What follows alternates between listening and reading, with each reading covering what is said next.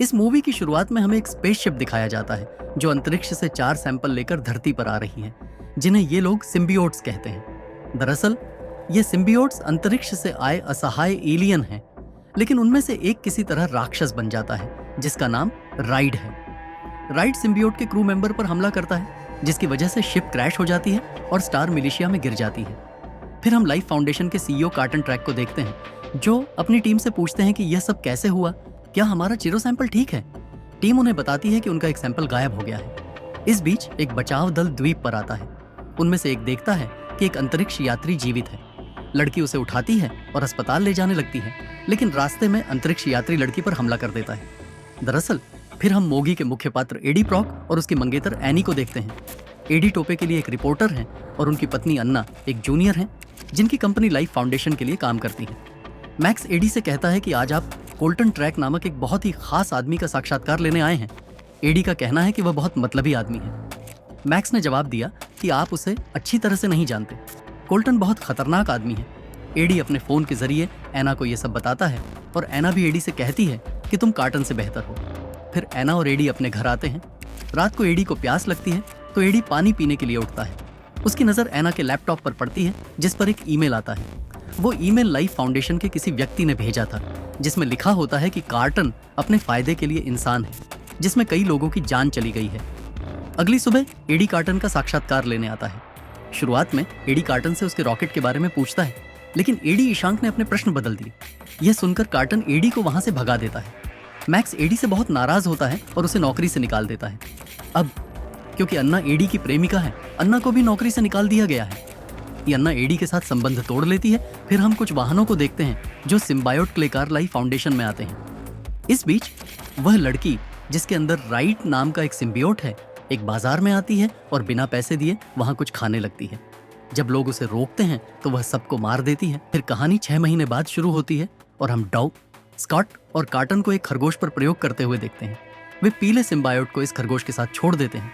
वह सहजीवी खरगोश के अंदर चला जाता है और उसके शरीर पर कब्जा कर लेता है। यह देखकर कार्टन डॉक्टर से इसका परीक्षण इंसानों पर करने को कहता है, लेकिन डॉक्टर मना कर देते हैं और कहते हैं कि हमारे सारे परीक्षण अभी पूरे नहीं हुए हैं, इसलिए हम अभी यह जोखिम नहीं उठा सकते। इसलिए कार्टन डॉक्टर को धमकाते हुए कहता है, जैसा तुम कहते हो वैसा करो, नहीं तो मैं तुम्हारे परिवार को मार डालूंगा। इस बीच एडी इस और अब अन्ना भी एडी के साथ नहीं है, जिस कारण एडी काफी चिंतित है। इस बीच कार्टन और उनकी टीम अब मनुष्यों पर टीके का परीक्षण करने की तैयारी कर रही है। वे एक आदमी को एक बड़े कांच के बक्से में बंद कर देते हैं और सिम्बियोट खोल देते हैं। यह सहजीवी मनुष्य के शरीर में प्रवेश करता है, लेकिन वह उसके शरीर को स्वीकार नहीं करता और उसे मार देता है। तो कार्टन टीम को बताता है कि दूसरा आदमी इसलिए डॉक्टर एडी से मिलने आता है और उसे पूरी कहानी बताता है। वह कहती हैं कि आपने कार्टन के खिलाफ जो भी आरोप लगाए थे वे बिल्कुल सही थे। वह अपने परीक्षण के लिए ग्रेब लोगों की जान ले रहा है। एडी ने उससे कहा कि तुमने खुद देखा? वह जवाब देती है, हाँ। एडी उसे बताता है कि कार्टन बहुत खतरनाक आदमी है, इसलिए तुम्हें अपना ख्याल रखना चाहिए। यह कहकर एडी वहां से चला जाता है और वह अन्ना के घर आता है। अन्ना एडी को अपने पहले कभी न देखे गए डीन से परिचित कराती है। वह एक डॉक्टर है। डीन उन दोनों को अकेला छोड़कर अंदर चला जाता है। एडी अन्ना से कहता है, क्या हम फिर से एक नहीं हो सकते? अन्ना उसे मना लेता है। यह डूबा हुआ एडी दुखी होकर चला जाता है और वहां से वह डॉक्टर के पास आता है। डॉक्टर उसे कार्टन की प्रयोगशाला में ले जाता है। एडी ने यहाँ बहुत सारे शव देखे और उसके अंदर जो सिम्बियोट है वो एडी के अंदर चला जाता है। इस सिम्बियोट का नाम वेनम है। फिर भी वहाँ सिक्योरिटी गार्ड आते हैं, लेकिन अब एडी पूरी तरह से बदल चुका है। वो बहुत ताकतवर और शक्तिशाली हो चुका है। वो उन सभी गार्ड को मार देता है और वहाँ से भागकर अपने घर वापस आ जाता है।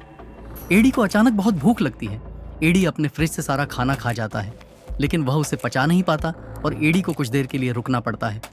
जब एडी अपनी दाढ़ी बना रहा होता है तो वह शीशे में किसी और का चेहरा देखता है, जिससे एडी इतना डर जाता है कि वह फिसलकर अपने ही पूल में गिर जाता है और बेहोश हो जाता है। इस बीच वह महिला, जिसके अंदर राइड नाम का सिम्बियोट है, एक एयरपोर्ट पर पहुंचती है और देखती है कि 15 मिनट में एक फ्लाइट सैन फ्रांसिस्को के लिए रवाना होने वाली है। वो रवाना वाली है। उसे वहां एक लड़की दिखाई देती है जो उसी फ्लाइट से जा रही है।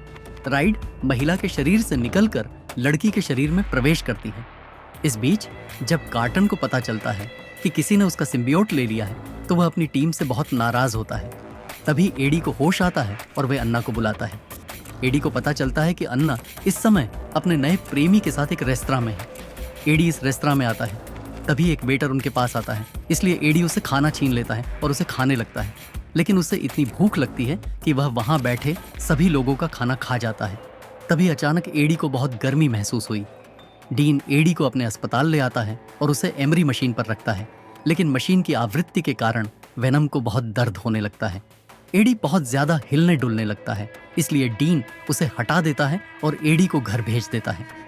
कार्लटन डॉक्टर से पूछता है कि क्या उसे पता चला है कि डॉक्टर कल रात किसी को यहाँ लेकर आए थे, क्योंकि दोनों की जान खतरे में है।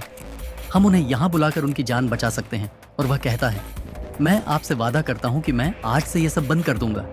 डॉक्टर कार्टन की बात सुनता है और उसे ईआरडी का नाम बताता है। लेकिन एडी अब पहले जैसा नहीं रहा। वह उन सभी को पीटता है और भागने लगता है। कोल्टन का खास आदमी टायरस कोल्टन को लाइव शो में ये सब दिखा रहा है। वेनम एडी को टायरस के हर हमले से बचाता है, लेकिन फिर एडी की बाइक एक कार से टकरा जाती है और एडी की सारी हड्डियां टूट जाती हैं। टेरेस एडी को पकड़ने लगता है। तभी वेनम बाहर आता है और एडी को पूरी तरह से ठीक कर देता है और वे टेरेस को पकड़कर खाने जा रहे हैं। तभी पुलिस आ जाती है, इसलिए वेनम वहां से भाग जाता है, पानी में गोता लगाता है और जल्दी से पुल के नीचे निकल आता है। एडी खुद को देखकर आश्चर्यचकित है, क्योंकि कुछ समय पहले ही एडी की सारी हड्डियां टूट गई थीं। तभी वेनम एडी के पास आती है। एडी ने उससे कहा कि आखिरकार तुम्हारा काम पूरा हो गया। वेनम उसे अपना नाम बताता है और कहता है कि तुम मेरे होशित हो। एडी ने वेनम से पूछा कि तुम मुझसे क्या चाहते हो।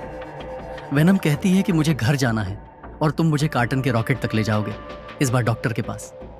कार्टन टेरेस से कहता है कि हम अभी एडी को नहीं मार सकते, क्योंकि एडी के पास ही सैंपल है। एडी मैक्स को वह सबूत देने आता है जो उसने कार्टन की गोद से लिया था, लेकिन वहां मौजूद गार्ड एडी को ऊपर नहीं जाने देता, इसलिए वेनम एडी को मैक्स के ऑप्स में ले जाता है। एडी अपना फोन नीचे रखता है और वहां से नीचे आता है। फिर देखता है कि उसे सूट टीम ने घेर लिया है, लेकिन उससे पहले वह एडी को उठा लेता है। एडी एना को समझाने लगता है और कहता है कि वो मैं नहीं हूँ, वो मुझ पर हावी है, उसने मुझे पेनिट्रेट किया है। एना एडी से कहती है कि तुम्हें अब भी मेरे साथ अस्पताल चलना चाहिए।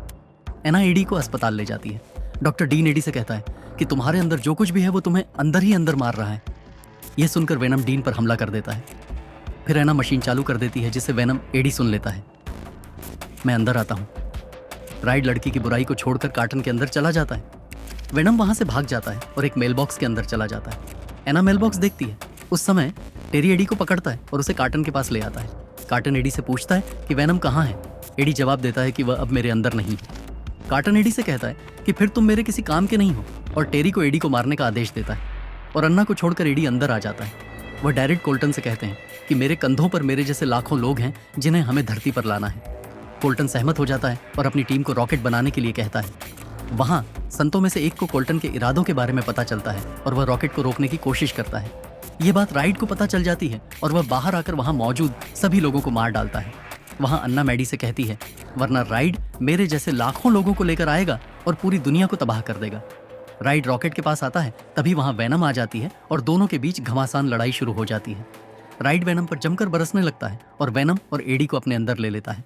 तभी अन्ना वहां लगे स्पीकर फुल कर देती है, जिससे वेनम और राइड एडी और कोल्टन को छोड़कर चले जाते हैं और फिर एडी और रॉकेट के अंदर चला जाता है।